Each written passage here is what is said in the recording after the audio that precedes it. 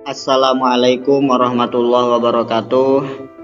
Nama saya Muhammad Zaki Ilham. Di sini ingin membahas tentang penafsiran Quran surah Al-Maidah ayat 6 yang membahas tentang wudhu guna untuk memenuhi tugas UAS mata kuliah tafsir ahkam. Adapun Quran surah Al-Maidah ayat 6 itu yakni Bismillahirrahmanirrahim. Ya ayyuhalladzina amanu idza kumtum ilas sholati faghsilu wujuhakum wa aydiyakum ilal marafiqi wamsahu bi ru'usikum wa arjulakum ilal ka'bain. Artinya, wahai orang-orang yang beriman, apabila kamu hendak melaksanakan sholat, maka basuhlah wajahmu dan tanganmu sampai ke siku, dan sapulah kepalamu, dan basuh kedua kakimu sampai kedua mata kaki. Jika kamu junub, maka mandilah, dan jika kamu sakit atau dalam perjalanan, atau kembali dari tempat buang air, atau menyentuh perempuan, maka jika kamu tidak memperoleh air, maka bertayamumlah dengan debu yang baik. Usaplah wajahmu dan tanganmu dengan debu itu. Allah tidak ingin menyulitkan kamu, tetapi Dia hendak membersihkan kamu dan menyempurnakan nikmatnya bagimu agar kamu bersyukur. Quran surah Al-Maidah ayat 6. Adapun penafsiran dari lafadz idza kumtum ila sholati faghsilu. Pendapat pertama itu mengatakan bahwasanya lafadz idza kumtum ila sholati faghsilu itu diarahkan pada kondisi-kondisi tertentu, yaitu ketika seseorang sedang hadas. Dengan demikian, maka kewajiban berwudu hanya wajib ketika seorang hadas saja, bukan setiap hendak melaksanakan sholat. Pendapat ini dikemukakan oleh ahlul ilmi Al-Quran dan Ibnu Abbas. Pendapat ini juga sesuai dengan hadis La yakbalullahu sholata man ahdasa hatta yatawaddo'a, yang artinya Allah tidak menerima sholat seseorang yang berhadas sehingga ia berwudu. Senada dengan pendapat yang pertama, yaitu pendapat Ali Sabuni, menurutnya ayat tersebut menyimpan qaid, yakni qaid wa antum muhdisun, serta ayat tersebut ditakwil sebagai berikut, idza kumtum ila sholati wa antum muhdisun. Alasan ayat ini ditakwil demikian karena hal tersebut adalah penafsiran yang disepakati oleh para ulama. Adapun menurut pendapat yang kedua, itu menafsiri lafadz idza kumtum ila sholati faghsilu itu ditafsiri sesuai zahirnya ayat saja atau diartikan secara tekstual. Oleh karena itu, maka seseorang wajib berwudu setiap melaksanakan sholat. Pendapat ini dikemukakan oleh Ikrimah dan Ibnu Sirin. Pendapat ini sesuai dengan tradisi yang dilakukan oleh Khulafaur Rasyidin, yaitu melakukan wudu setiap kali hendak melaksanakan sholat. Namun, tradisi yang dilakukan oleh Khulafaur Rasyidin ini tidak mengandung kewajiban, tetapi hanya mencari keutamaan saja. Menurut Muzzi'i, seorang fuqaha Syafi'iyah, pendapat kedua ini tidak sesuai dengan pendapat kebanyakan ulama, serta pendapat kedua ini tidak sesuai dengan Rasulullah yang ketika melaksanakan sholat dengan berwudu satu kali. Selanjutnya membahas pada lafadz faghsilu wujuhakum wa aydiyakum ilal marafiq. Penafsiran ayat di atas, semua ulama sepakat bahwa membasuh wajah hukumnya wajib. Namun, ulama berbeda pendapat ketika menafsirkan batasan wajah. Menurut Imam Syafi'i dan Abu Hanifah, belakang kuping dan di bawah kuping adalah bagian dari wajah yang wajib dibasuh.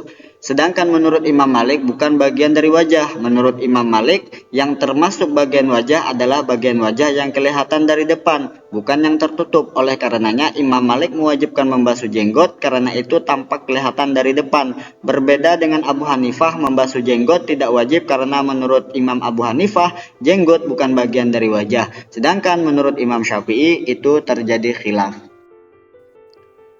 Selanjutnya membahas tentang membasuh tangan, yakni pada lafadz ilal marafiq. Menurut jumhur ulama, membasuh tangan wajib sampai siku sehingga membasuh siku juga wajib. Berbeda dengan pendapat Zufar, Abu Bakar bin Daud, dan Imam Malik. Menurut mereka membasuh siku tidak wajib. Perbedaan pendapat tersebut terjadi karena mereka berbeda dalam pengambilan dalilnya. Jumhur ahlul ilmi memaknai ila pada ilal marafiq dengan makna ma'a, sehingga maknanya menjadi beserta. Sedangkan Zufar dan ulama yang sependapat dengannya memaknai ila pada lafadz ilal marafiq dengan makna ghoyah, sehingga maknanya sampai siku. Selanjutnya membahas pada ayat wamsahu biru'usikum, yang mana ini membahas tentang mengusap kepala. Ulama berbeda pendapat dalam menafsiri ayat tersebut. Yang pertama, menurut Imam Malik, Muzani dan Ahad mewajibkan mengusap seluruh kepala. Dalam permasalahan ini, mereka menafsiri ayat tersebut sesuai dengan zahirnya ayat sehingga mereka mewajibkan mengusap seluruh kepala.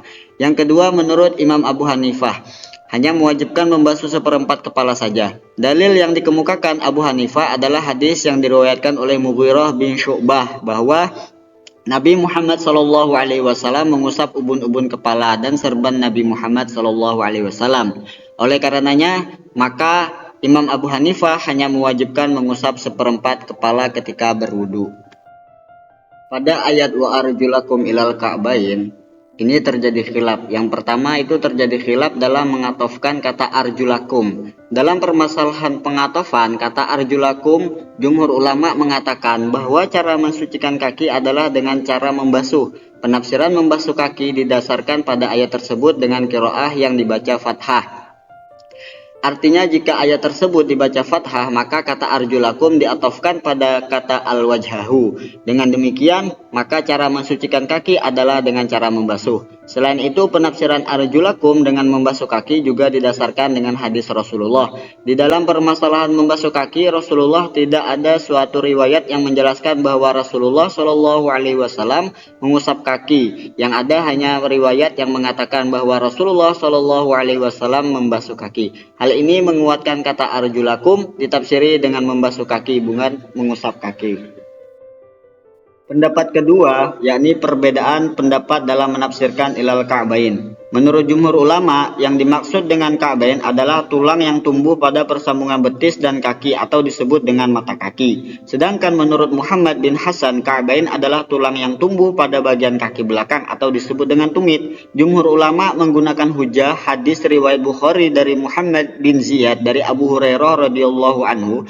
Pada suatu ketika Abu Hurairah bertemu seseorang sedang berwudu. Kemudian ia berkata, "Asbighu al-wudu'a fa inna Abul Qasim sallallahu alaihi wasallam qala wailun lil aqabi minan nar." Yang artinya sempurnakanlah wudu kalian. Sesungguhnya Abu Al-Qasim sallallahu alaihi wasallam bersabda, celakalah tumit-tumit yang tidak terkena air wudu dari api neraka. Hadis riwayat Bukhari. Mungkin ini yang dapat saya sampaikan. Lebih dan kurang saya mohon maaf. Ihdinas shiratal mustaqim. Assalamualaikum warahmatullahi wabarakatuh.